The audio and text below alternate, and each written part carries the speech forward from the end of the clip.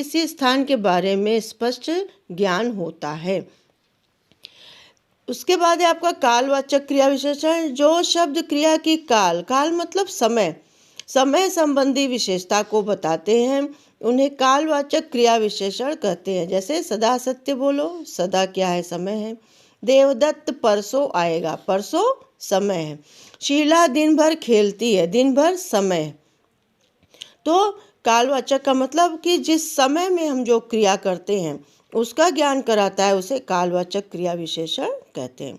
अब इसके बाद आपका आता है परिमाणवाचक क्रिया विशेषण। परिमाणवाचक से मतलब है नाप तौल का। जिन चीज़ों को हम गिन नहीं सकते बल्कि नापते हैं, चाहे वो मीटर में हो चाहे वो किलो में हो, है ना, तो उसे परिमाणवाचक क्रिया विशेषण कहते हैं। जो शब्द क्रिया की मात्रा, माप तौल या परिमाण का ज्ञान कराए उसे परिमाणवाचक क्रिया विशेषण कहते हैं। जैसे कम बोलो, ठीक है, थोड़ा खाओ खूब पचाओ, अधिक उपजाओ, फिर बंगाल में पटसन बहुत होता है। ये सारी चीज़ें क्या है, इनको हम किलो या मात्रा मीटर के हिसाब से लेते हैं। जैसे 4 मीटर कपड़ा, है ना, ये सब परिमाणवाचक क्रिया का उदाहरण है। तो जिन चीज़ों को हम गिन नहीं सकते बल्कि माप तौल के हिसाब से लेते हैं उसे परिमाणवाचक क्रिया विशेषण कहते हैं। ये 4 आपका क्रिया विशेषण के भेद थे।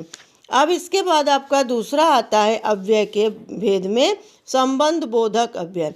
जो शब्द संज्ञा सर्वनाम के बाद आकर उसका संबंध वाक्य के अन्य शब्दों के साथ जोड़ते हैं उन्हें संबंध बोधक अव्यय कहते हैं। जैसे राम छत के ऊपर खड़ा है, तो राम छत के ऊपर खड़ा है, इन दोनों को आपस में कौन जोड़ता है? के ऊपर।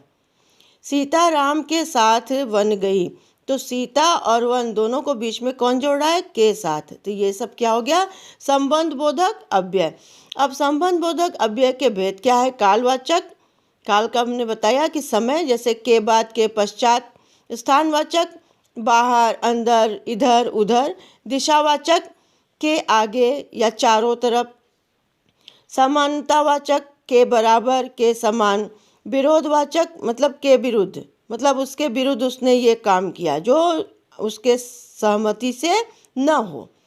हेतुवाचक मतलब कारण, किस कारण कोई काम किया गया, ठीक।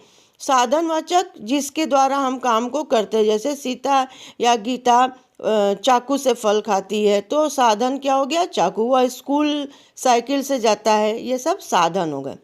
तुलनावाचक, जब हम 2 या 4 के आगे आपस में मिलाकर कोई तुलना करते हैं कि इससे अच्छा वो है, उससे अच्छा ये है, तो वहाँ पर तुलनावाचक। तो ये सारे चीज़ें जो हैं, सारा भेद आपका संबंध बोधक अव्यय के बीच में आता है। अब उसके बाद आपका है संबंध बोधक और क्रिया विशेषण में अंतर।